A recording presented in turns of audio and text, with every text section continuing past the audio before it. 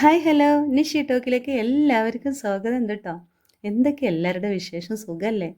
നമ്മളിവിടെയും അൽഹംദുലില്ലാ കുഴപ്പമില്ലാണ്ട് പോണു കേട്ടോ. ഞാൻ മക്കളും ഒന്നിച്ച് നമ്മൾ കാക്കും എല്ലാവരും കൂടി മസനഗുഡി വഴി ഊട്ടിയിലേക്ക് പോയ ഒരു സന്തോഷകരമായ ഒരു യാത്ര കേട്ടോ നിങ്ങൾ കാണുന്നത്. പ്രകൃതി ഭംഗി ആസ്വദിക്കുന്നതോടുകൂടെ നിഷിൻ്റെ കുറച്ച് സംസാരം കൂടി ആയാലോ. ഇന്ന് ഞാൻ പറഞ്ഞിട്ടുള്ളത് ദാമ്പത്യ ജീവിതത്തിലെ വിജയരഹസ്യം എന്താണെന്ന് നോക്കിയല്ലോ നമുക്ക്. എനിക്കറിയുന്ന ചെറിയ ചെറിയ കാര്യങ്ങൾ ഞാൻ നിങ്ങളോട് പറയുന്നതെന്നുള്ളൂ കേട്ടോ. ഇഷ്ടമുള്ളവർ കേൾക്കുക, ലൈക്ക് അടിക്കുക, സപ്പോർട്ട് ചെയ്യുക ഒക്കെ ചെയ്യുക. ഇഷ്ടമില്ലാത്തവരും കേൾക്കുക. അപ്പം നോക്കിയല്ലോ, അതായത് നമ്മൾ ഒരു ഭാര്യയും ഭർത്താവും എപ്പോഴും വഴക്കൊക്കെ കൂടൂലേ. അതൊരു ദിവസം അല്ലെങ്കിൽ 2 ദിവസം അല്ലെങ്കിൽ ചിലവർക്ക് 5 മിനിറ്റ് അങ്ങനെയൊക്കെ അത് അത്രയേ പാടുള്ളൂ. കാരണം അത് 2 കൂട്ടരും മുൻകൈ എടുത്തിട്ട് നമ്മൾ ആ പിണക്കം തീർക്കാൻ ശ്രമിക്കുക. അതായത് ഒരു അണ്ടർസ്റ്റാൻഡ്, അതാണ് എനിക്ക് മെയിനായിട്ട് പറയാനുള്ള. ഒരു അണ്ടർസ്റ്റാൻഡോട് നമ്മൾ മുന്നോട്ട് പോവുക. ഒരാളെങ്കിലും താന്നു കൊടുക്കാൻ എപ്പോഴും ശ്രമിക്കുക. അതായത് ആ അക്കൗണ്ട് എപ്പോഴും നമ്മൾ സ്നേഹം കൊണ്ട് നിറക്കണം, അത് ലോസിലേക്ക് പോകരുത്. ഉദാഹരണം അത്രയാണ്. നമ്മളെ പണ്ടല്ല, മമ്മൂട്ടി സാറിൻ്റെ ഒരു ഇൻ്റർവ്യൂ കണ്ടിട്ടുണ്ട്. അതിൽ സാറ് ഷൂട്ടിങ്ങിൻ്റെ സമയത്തൊക്കെ ഭാര്യയ്ക്ക് ഇങ്ങനെ ഫോൺ ചെയ്ത് നിൽക്കുകയായിരുന്നു. അപ്പോൾ ആ സിനിമ ഷൂട്ടിങ്ങിൻ്റെ സംവിധായകൻ ചോദിച്ചത്രേ, എന്തിനാ ഇത്രമാത്രം വിളിക്കാൻ മാത്രം എന്താണെന്ന് ചോദിച്ചപ്പോൾ മമ്മൂട്ടി സാറ് പറഞ്ഞൊരു വാക്കുണ്ട്, അവൾ കല്യാണം കഴിച്ചതേ ഒരു സിനിമാ നടനെ അല്ല, മറിച്ച് ഒരു വക്കീലിനെയാണ് എന്ന്. എനിക്ക് ആ വാക്ക് കേട്ടപ്പോൾ ഭയങ്കര കുളിർമ തോന്നിയത്. അതായത് ആ വക്കീലിൻ്റെ ഒരു പ്രസൻറ്റ് അവൈലബിൾ എപ്പോഴും അവൾക്ക് കൊണ്ടിരിക്കണം. അത് പിന്നെ ഷൂട്ടിങ്ങിലാണ് അവിടെയാണെന്ന് വെച്ചിട്ട് അവൾക്കത് പോവരുത് എന്ന് ആ വലിയ മനുഷ്യൻ്റെ മനസ്സാണ് ഞാൻ അത്രയും വലുപ്പത്തിൽ കണ്ടത് കേട്ടോ. അതായത് നമ്മുടെ ജീവിതത്തിൽ ഒരുപാട് ബന്ധങ്ങൾ നമുക്കുണ്ട് അല്ലേ. മുറിച്ച് മാറ്റാൻ പറ്റാത്ത അത്രയും ബന്ധങ്ങൾ നമുക്കുണ്ട്. പക്ഷെ ആ ബന്ധങ്ങളൊക്കെ നമുക്ക് ഉണ്ടാക്കി തരുന്നത് ആരാന്നറിയോ? ആ ഒരൊറ്റ പേരാണെന്ത്? ഭാര്യ. പക്ഷെ ആ ഭാര്യയ്ക്ക് ഒരൊറ്റ വാക്കുകൊണ്ട് നമുക്ക് ബന്ധം മുറിക്കാനും പറ്റും, നിയമങ്ങൾ കൊണ്ടും മുറിക്കാൻ പറ്റും. പക്ഷെ നമ്മളൊക്കെ മനസ്സിലാക്കേണ്ട, മുറിച്ച് മാറ്റാൻ പറ്റാത്ത അത്രയും വലിയ ബന്ധങ്ങൾ നമുക്ക് തരുന്നത് അവളുടെ ഉദരമാണ്. അത് നമ്മൾ മറക്കാൻ പാടില്ല. ഓക്കെ, നമ്മുടെ 2 ആളെ ബന്ധമുണ്ടല്ലോ, അത് ഒരു കാരണവശാലും കുറഞ്ഞു പോവരുത്.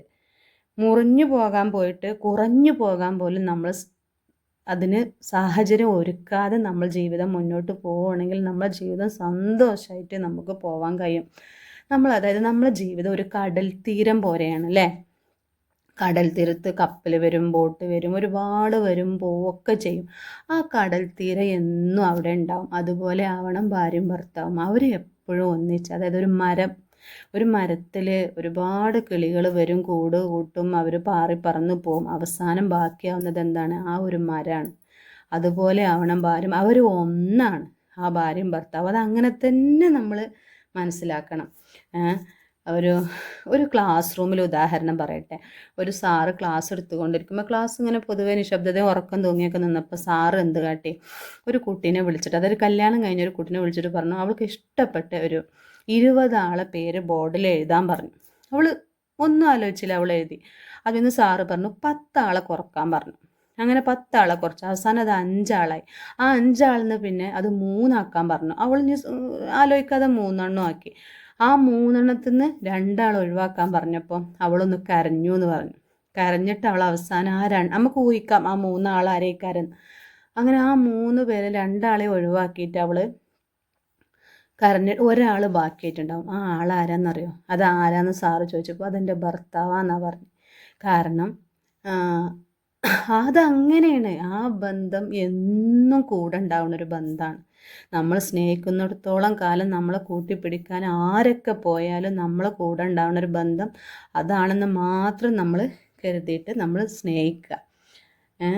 അപ്പം അതോടുകൂടി ആ ക്ലാസ് ഇങ്ങോട്ട് ഉണർവ് വന്നു എന്നാണ് പറയുന്നത്. അതായത് ഒന്നാമത് എനിക്ക് പറയാനുള്ളത് എന്താ പറയുക, പറ്റിക്കാതിരിക്കുക. ട്രൂത്ത്ഫുള്ളാകാൻ ശ്രമിക്കുക. നമ്മളെപ്പോഴും ഭാര്യയും ഭർത്താവും തമ്മിലുള്ള ഒരു ബോണ്ട് നമ്മൾ എപ്പോഴും കീപ്പ് ചെയ്തുകൊണ്ട് പോവുക. ഭർത്താവ് വിദേശത്തും ഭാര്യ നാട്ടിലായിരിക്കുന്ന ഒരവസ്ഥ, അവരൊരു 5 മിനിറ്റ് ഫോൺ കോൾ ചെയ്തുകയാണെങ്കിൽ ആ 5 മിനിറ്റിൽ കാര്യമായിട്ടൊന്നും പറയാനുണ്ടാവില്ല.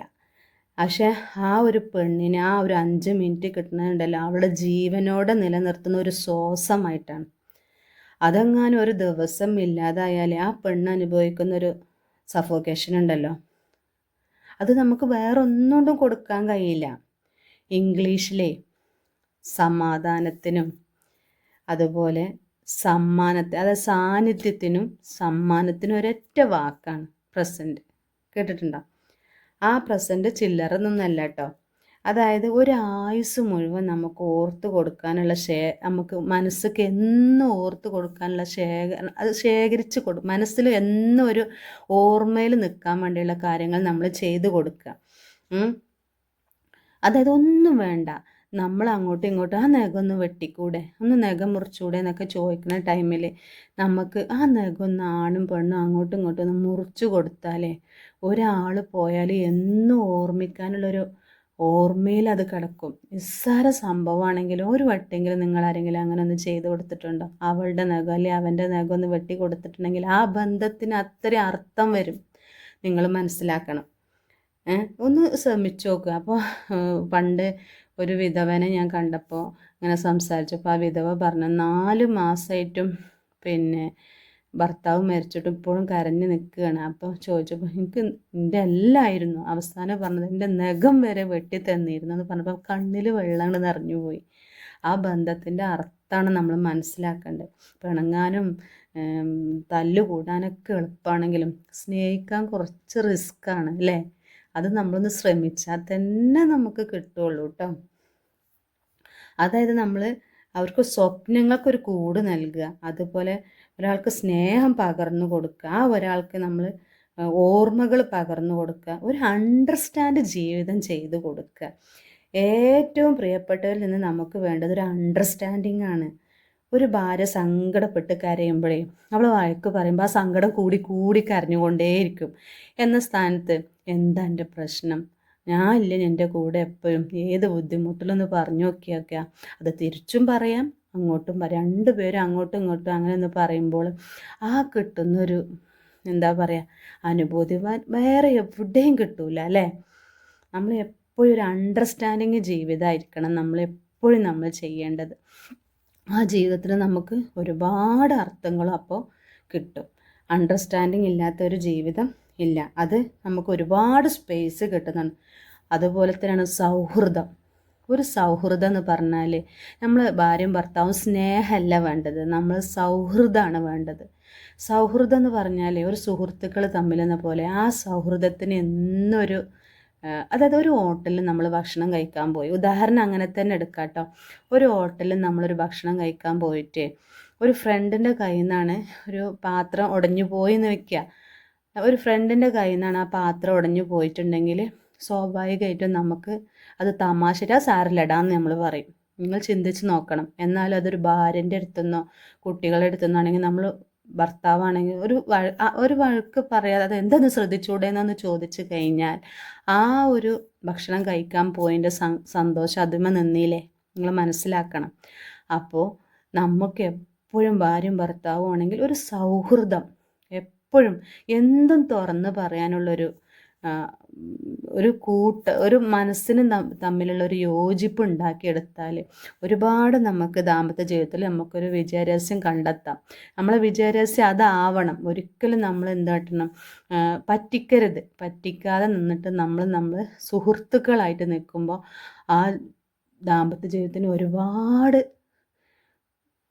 സന്തോഷം കണ്ടെത്താനും ആ കുടുംബത്തിൽ തന്നെ, അതായത് ഭാര്യയും ഭർത്താവും ഒരുമിച്ച് സന്തോഷത്തോടെ ജീവിക്കുമ്പോൾ ആ കുടുംബത്തിൽ കിട്ടുന്ന സന്തോഷം അത് വേറെ തന്നെയാണല്ലേ. അവിടെ എന്തെങ്കിലും ഒരു സ്മെല്ലി മിസ്റ്റേക്ക് ഉണ്ടെങ്കിൽ അതിലുണ്ടായിരുന്ന മക്കൾക്കും ആ വീട്ടിലും ആർക്കും ഒരു സംതൃപ്തി ഉണ്ടാവില്ല. അതുകൊണ്ട് എനിക്ക് നിങ്ങളോട് എല്ലാവരോടും പറയാനുള്ളത് എന്താണെന്ന് വെച്ചാൽ എല്ലാവരും ജീവിതത്തിൽ അണ്ടർസ്റ്റാൻഡിങ് അതുപോലെ സൗഹൃദത്തോടെ ജീവിക്കാൻ നമ്മൾ ഭാര്യയും ഭർത്താവും ശ്രമിച്ചു കഴിഞ്ഞാൽ അത് ഒരിക്കലും നമ്മൾ തോൽവിയാവില്ല, നമ്മൾ വിജയം തന്നെയായിരിക്കും കേട്ടോ. ഇത്ര തന്നെ ഉള്ളൂ. നമ്മളൊക്കെ പണ്ടൊക്കെ എന്ന് വെച്ചാൽ കത്തുകളുടെ കൂടെ ഭർത്താവിനെ വിവരങ്ങൾ അറിയിച്ചിരുന്നൊരു കാലഘട്ടം ഉണ്ടായിരുന്നു. ആ കത്ത് കിട്ടുമ്പോൾ ഉണ്ടാവുന്നൊരു അനുഭൂതി 15 ദിവസം 20 ദിവസം കഴിഞ്ഞിട്ടുള്ള ആ സ്വരം ഒന്ന് കേൾക്കുമ്പോൾ അതൊക്കെ ഒരു വേറെ അനുഭവമാണ്. ഇന്നത്തെ സൗകര്യങ്ങൾ കൂടുമ്പോൾ നമ്മൾ അതൊന്നും മറന്നു പോകരുത്. ആ ജീവിതത്തിൽ സന്തോഷം നിലനിർത്താൻ നമ്മൾ എപ്പോഴും എന്താണ് ജീവിതം മുന്നോട്ട് കൊണ്ടുപോകുന്നിടത്തോളം നമ്മൾ സ്നേഹിക്കാൻ പഠിക്കുക, സൗഹൃദം കണ്ടെത്തുക, അണ്ടർസ്റ്റാൻഡിങ് ചെയ്യാൻ ശ്രമിക്കുക കേട്ടോ. അപ്പോൾ എൻ്റെ വീഡിയോ എല്ലാവർക്കും ഇഷ്ടമാണെങ്കിൽ ഒന്ന് ലൈക്കും സപ്പോർട്ടൊക്കെ ചെയ്യാം കേട്ടോ. അടുത്തൊരു വീഡിയോ ആയിട്ട് വരുന്നത് വരെ ഓക്കെ ബൈ.